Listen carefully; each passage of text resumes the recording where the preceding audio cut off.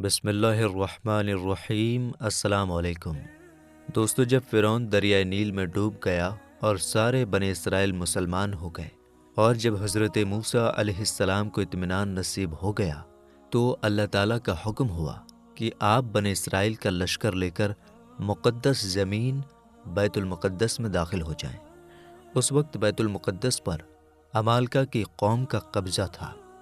یہ لوگ بہت بڑے کافر، طاقتور، جنگجو اور بہت ظالم تھے۔ چنانچہ حضرت موسیٰ علیہ السلام 6 لاکھ بنی اسرائیل کو ساتھ لے کر قوم عمالقہ سے جہاد کے لیے روانہ ہوئے، مگر جب بنی اسرائیل بیت المقدس کے قریب پہنچے تو ایک دم بزدل ہو گئے، ڈر گئے اور کہنے لگے کہ اس شہر میں جبارین عمالقہ ہیں جو بہت ہی طاقتور اور خطرناک ہیں، لہٰذا جب تک یہ لوگ اس شہر میں رہیں گے ہم کبھی بھی اس شہر میں نہیں جائیں گے۔ بلکہ بنی اسرائیل نے حضرت موسیٰ علیہ السلام سے یہاں تک کہہ دیا کہ اے موسیٰ، آپ اور آپ کا خدا جا کر اس زبردست قوم سے جنگ کریں، ہم تو یہیں بیٹھے رہیں گے۔ بنی اسرائیل کی زبان سے یہ سن کر حضرت موسیٰ علیہ السلام کو بہت دکھ اور تکلیف ہوئی، اور آپ نے اللہ تعالیٰ کے دربار میں یہ عرض کیا کہ جس کا ترجمہ ہے: اے رب میرے، مجھے اختیار نہیں مگر اپنا اور اپنے بھائی کا، تو ہم کو ان بے حکموں سے جدا رکھ۔ اس دعا پر اللہ تعالیٰ نے اپنے غضب و جلال کا اظہار کرتے ہوئے فرمایا کہ جس کا ترجمہ ہے: تو وہ زمین ان پر حرام ہے، 40 برس تک بھٹکتے پھریں زمین میں تو تم ان بے حکموں کا افسوس نہ کھاؤ گے۔ اس کا نتیجہ یہ ہوا کہ یہ 6 لاکھ بنی اسرائیل ایک میدان میں 40 سال تک بھٹکتے رہے، مگر اس میدان سے باہر نہ نکل سکے۔ اسی میدان کا نام میدان تیہ ہے۔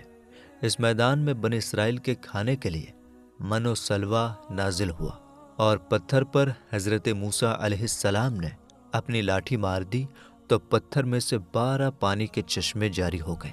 اس واقعے کو قرآن مجید نے کئی بار بیان کیا ہے، خاص طور پر سورہ مائدہ میں اسے ڈیٹیل سے بیان کیا گیا ہے۔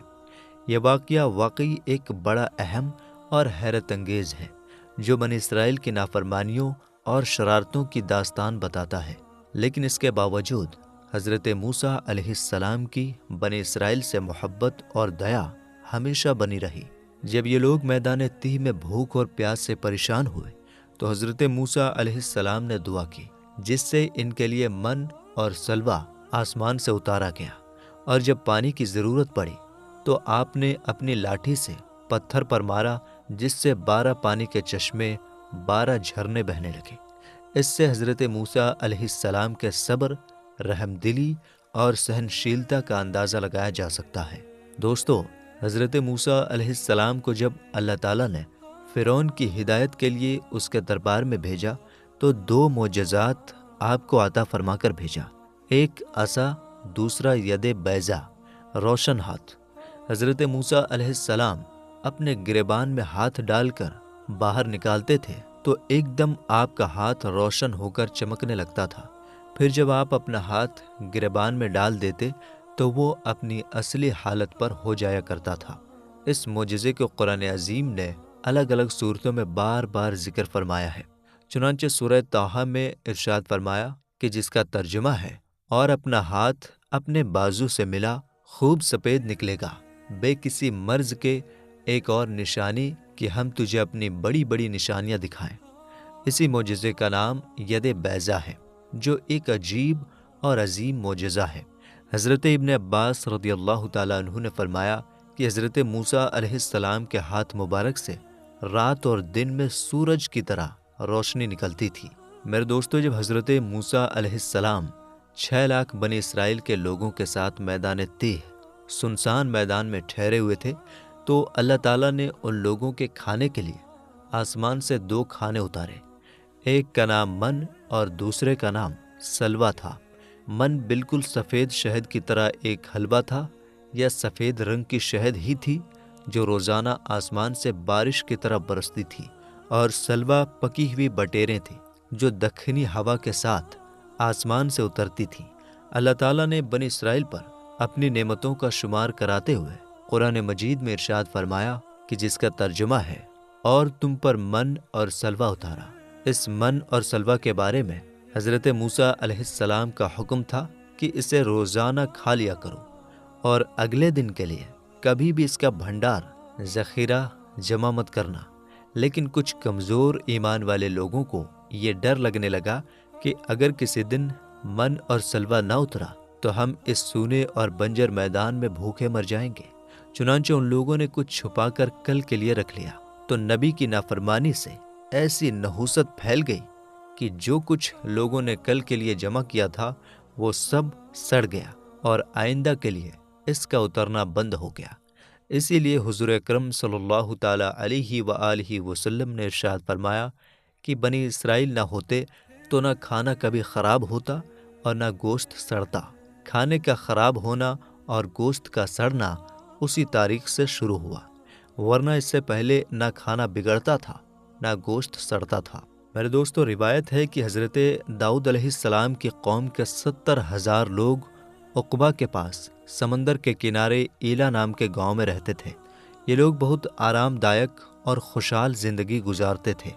اللہ تعالیٰ نے ان لوگوں کا اس طرح امتحان لیا کہ سنیچر کے دن مچھلی کا شکار ان لوگوں پر حرام فرما دیا اور ہفتے کے باقی دنوں میں شکار حلال فرما دیا، مگر اس طرح ان لوگوں کو آزمائش میں ڈال دیا کہ سنیچر کے دن بہت زیادہ مچھلیاں آتی تھیں اور دوسرے دنوں میں نہیں آتی تھیں۔ تو شیطان نے انہیں ایک چال سکھائی۔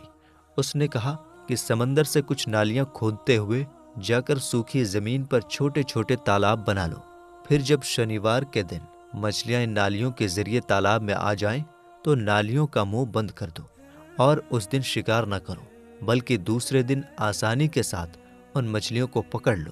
ان لوگوں کو یہ شیطانی چال پسند آ گئی۔ انہوں نے یہ نہیں سوچا کہ جب مچھلیاں نالیوں اور تالابوں میں پھنس گئیں تو یہ بھی ان کا شکار ہی ہو گیا، تو سنیچر ہی کے دن شکار کرنا پایا گیا جو ان کے لیے حرام تھا۔ اس موقع پر ان لوگوں کی 3 جماعتیں ہو گئیں۔ پہلی جماعت میں کچھ لوگ ایسے تھے جو اس شیطانی چال سے شکار کرنے کو منع کرتے رہے، وہ اس سے ناراض اور ناخوش ہو کر خود بھی شکار سے دور رہے، اور دوسری جماعت کے لوگ اس کام کو دل سے برا جان کر خاموش رہے، دوسروں کو منع نہ کرتے تھے، بلکہ منع کرنے والوں سے یہ کہتے تھے کہ تم لوگ ایسی قوم کو کیوں نصیحت کرتے ہو جنہیں اللہ تعالیٰ ہلاک کرنے والا یا سخت سزا دینے والا ہے۔ تیسری جماعت میں وہ لوگ تھے جو سرکش اور نافرمان تھے۔ انہوں نے اللہ کے حکم کی کھل کر مخالفت کی اور شیطان کی چال کو مان کر شنیوار کے دن شکار کر لیا اور ان مچھلیوں کو کھایا اور بیچا بھی۔ جب نافرمانوں نے منع کرنے کے باوجود شکار کر لیا تو منع کرنے والی جماعت نے کہا اب ہم ان گنہگاروں سے کوئی تعلق نہیں رکھیں گے۔ اس لیے انہوں نے گاؤں کو 2 حصوں میں بانٹ دیا، بیچ میں ایک دیوار بنا لی اور آنے جانے کے لیے ایک الگ دروازہ بھی بنا دیا۔ حضرت داؤد علیہ السلام نے شکار کرنے والوں پر غضبناک ہو کر لعنت فرما دی۔ اس کا اثر یہ ہوا کہ ایک دن گنہگاروں میں سے کوئی بھی باہر نہیں نکلا۔ انہیں دیکھنے کے لیے کچھ لوگ دیوار پر چڑھے تو دیکھا کہ وہ سب بندروں کی شکل میں بدل گئے تھے۔ پھر لوگ ان کے دروازے کھول کر اندر گئے۔ وہ بندر اپنے رشتہ داروں کو پہچانتے تھے، ان کے پاس آ کر ان کے کپڑوں کو سونگھتے تھے اور زور زور سے روتے تھے، لیکن لوگ ان بندر بن جانے والوں کو نہیں پہچانتے تھے۔ ان کی تعداد 12,000 تھی۔ یہ سب کیول 3 دن تک زندہ رہے، لیکن اس بیچ کچھ بھی کھا پی نہیں سکے۔ آخرکار بھوکے پیاسے ہی سب مر گئے۔ شکار سے منع کرنے والی جماعت پوری طرح سلامت رہی، اور صحیح قول یہ ہے کہ جو لوگ دل سے اس گناہ کو برا سمجھ کر چپ رہے انہیں بھی اللہ تعالیٰ نے ہلاکت سے بچا لیا۔ اس واقعے کا اجمالی بیان تو سورہ بقرہ کی اس آیت میں ہے کہ جس کا ترجمہ ہے اور بے شک ضرور تمہیں معلوم ہے تم میں کہ وہ جنہوں نے ہفتے میں سرکشی کی تو ہم نے ان سے فرمایا کہ ہو جاؤ بندر دھتکارے ہوئے۔ اور ڈیٹیل واقعہ سورہ اعراف میں ہے جس کا ترجمہ یہ ہے اور ان سے حال پوچھو اس بستی کا کہ دریا کے کنارے تھی، جب وہ ہفتے کے بارے میں حد سے بڑھتے، جب ہفتے کے دن ان کی مچھلیاں پانی پر تیرتی ان کے سامنے آتی اور جو دن ہفتے کا نہ ہوتا نہ آتی، اس طرح ہم انہیں آزماتے تھے ان کی بے حکمی کے سبب۔ اور جب ان میں سے ایک گروہ نے کہا کیوں نصیحت کرتے ہو ان لوگوں کو جنہیں اللہ ہلاک کرنے والا ہے یا انہیں سخت عذاب دینے والا؟ بولے تمہارے رب کے حضور معذرت کو، اور شاید انہیں ڈر ہو۔ پھر جب وہ بھلا بیٹھے جو نصیحت انہیں ہوئی تھی، ہم نے بچا لیے وہ جو برائی سے منع کرتے تھے، اور ظالموں کو برے عذاب میں پکڑا، بدلہ ان کی نافرمانی کا۔ پھر جب انہوں نے ممانت کے حکم سے سرکشی کی، ہم نے ان سے فرمایا ہو جاؤ بندر دھتکارے ہوئے۔ اس واقعے سے پتہ چلا کہ شیطان کی چالوں میں پھنس کر اللہ کے حکموں کی نافرمانی کرنا کتنا خطرناک اور برا انجام دیتا ہے، اور جن بد نصیبوں پر اللہ کے نبی لعنت فرمائے، وہ لوگ ایسے سخت عذاب میں پھنس جاتے ہیں کہ دنیا سے مٹ جاتے ہیں اور جہنم کے عذاب میں گر جاتے ہیں۔ ایسے لوگ دونوں جہانوں میں بے عزتی اور شرمندگی کا سامنا کرتے ہیں۔ اس دل دہلا دینے والے واقعے سے ہر مسلمان کے لیے بہت بڑی سیکھ اور نصیحت ملتی ہے۔ کاش اس واقعے سے مسلمانوں کے دلوں میں اللہ کا خوف پیدا ہو جائے، وہ اللہ اور اس کے رسول کی نافرمانی سے بچیں اور صحیح راستے پر چل پڑیں، پھر دونوں جہاں میں عزت اور کامیابی پائیں اور اللہ کی برکتوں سے نوازے جائیں۔ دوستو، بنی اسرائیل میں ایک بہت ہی نیک اور صالح بزرگ تھے، اور ان کا ایک ہی بچہ تھا جو نابالغ تھا، اور ان کے پاس صرف ایک گائے کی بچیا تھی۔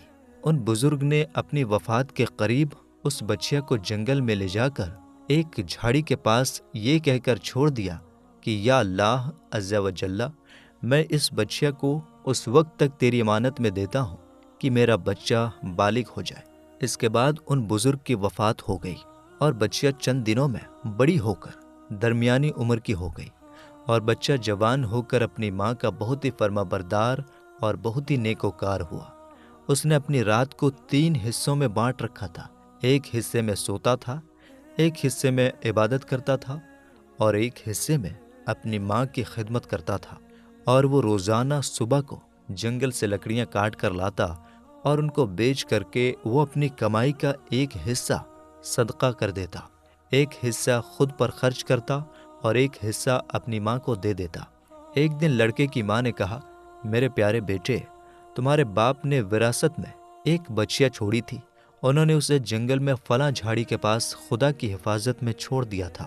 اب تم اس جھاڑی کے پاس جا کر یوں دعا مانگو کہ اے حضرت ابراہیم و حضرت اسماعیل و حضرت اسحاق علیہم السلام کے خدا، تو میرے باپ کی سونپی ہوئی امانت مجھے واپس دے دے، اور اس بچیا کی نشانی یہ ہے کہ وہ پیلے رنگ کی ہے، اور اس کی چمڑی اس طرح چمک رہی ہوگی کہ جیسے سورج کی کرنیں اس میں سے نکل رہی ہیں۔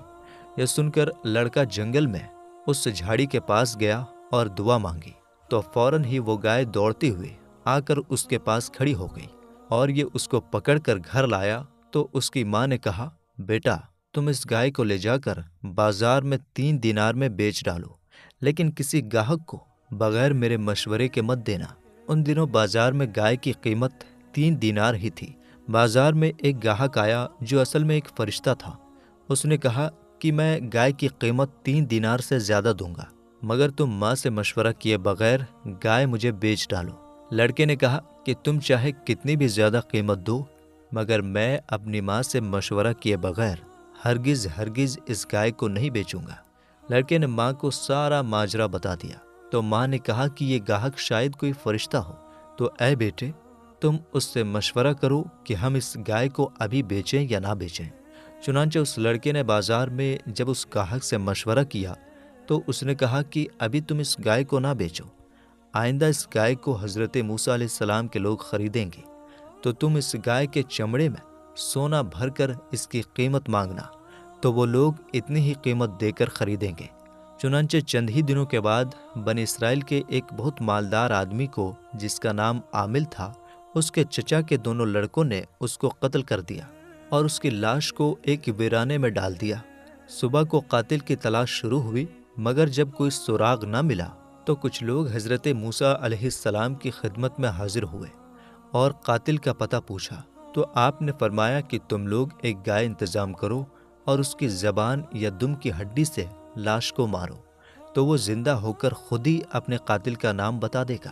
یہ سن کر بنی اسرائیل نے گائے کے رنگ، اس کی عمر وغیرہ کے بارے میں سوال جواب اور بحث کرنا شروع کر دیا، اور بالآخر جب وہ اچھی طرح سمجھ گئے کہ فلاں قسم کی گائے چاہیے تو ایسی گائے کی تلاش شروع کر دی، یہاں تک کہ جب یہ لوگ اس لڑکے کی گائے کے پاس پہنچے تو ہو بہو یہ ایسی ہی گائے تھی جس کی ان لوگوں کو ضرورت تھی۔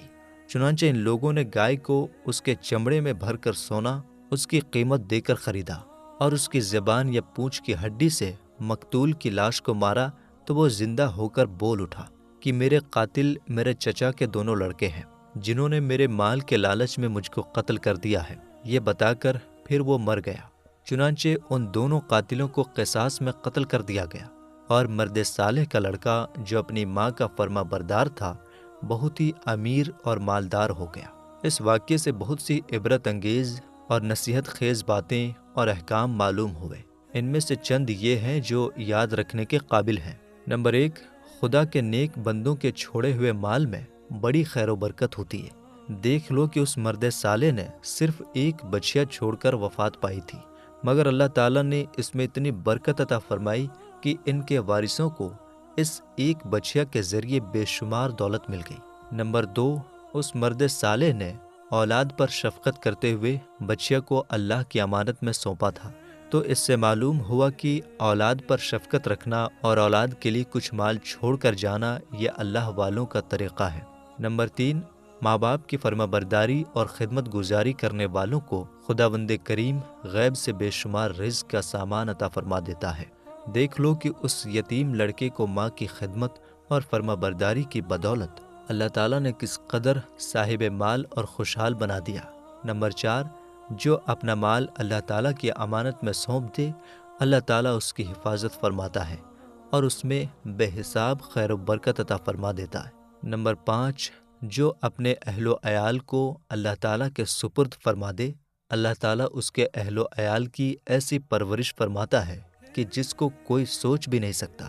نمبر 6، امیر المؤمنین حضرت علی رضی اللہ تعالیٰ عنہ نے فرمایا کہ جو پیلے رنگ کا جوتا پہنے گا وہ ہمیشہ خوش رہے گا اور اس کو غم بہت کم ہوگا، کیونکہ اللہ تعالیٰ نے پیلی گائے کے لیے یہ فرمایا ہے کہ وہ دیکھنے والوں کو خوش کر دیتی ہے۔ تو میرے دوستو، یہ تھی ہماری آج کی ویڈیو۔ ہم امید کرتے ہیں کہ ہماری آج کی یہ ویڈیو آپ کو بے حد پسند آئی ہوگی۔ پسند آنے کی صورت میں لائک اور شیئر کیجیے۔ ملیں گے انشاءاللہ تعالیٰ ایک نئی ویڈیو کے ساتھ۔ السلام علیکم، اللہ حافظ۔